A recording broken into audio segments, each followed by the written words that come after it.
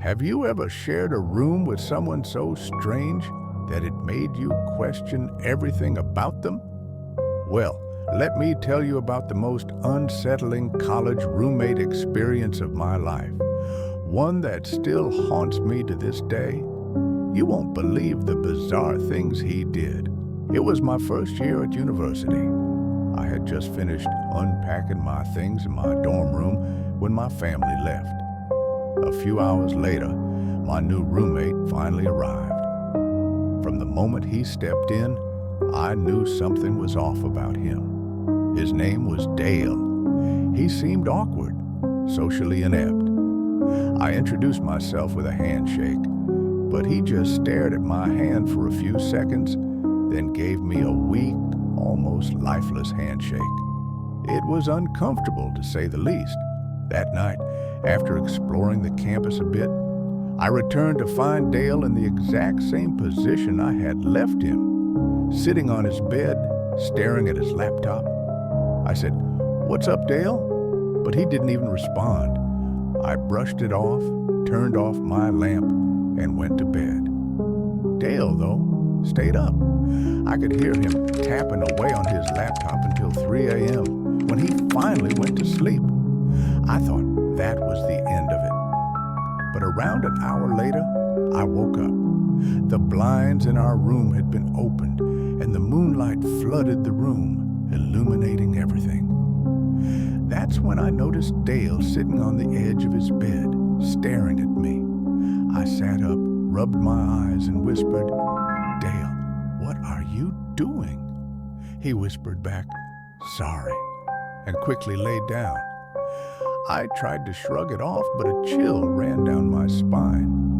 Something about him felt wrong.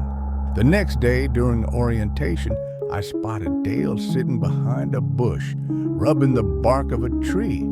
It was weird, but that wasn't the worst part. Later that evening, I came back to the dorm and found him sitting at my desk chair, staring at the door. I casually said, "Hey," and he replied, "Nothing," in a flat tone. I felt something was off with my laptop, so I checked it. All my emails were opened, and several folders had been accessed. I asked Dale if he had gone through my stuff, and he instantly yelled, "No!" without hesitation, which made it clear he had. But I didn't push it. I was already planning to switch rooms the next day.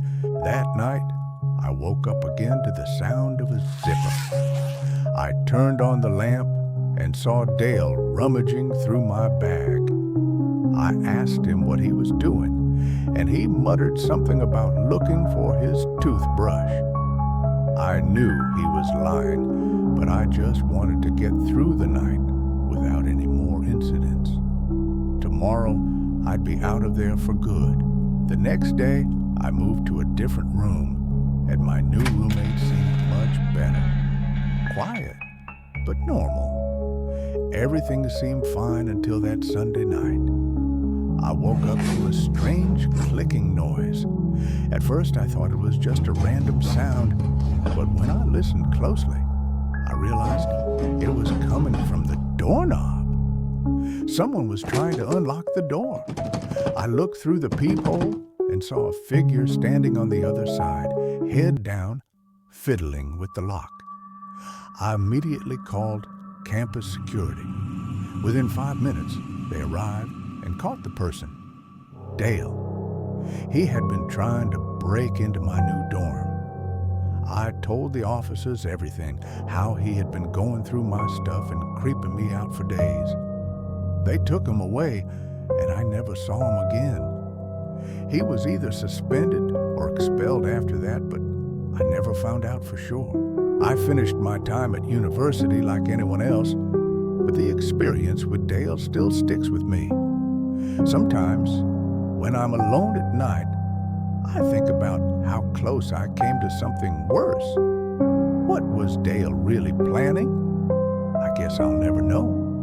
But what I do know is that I'll never forget those few terrifying nights.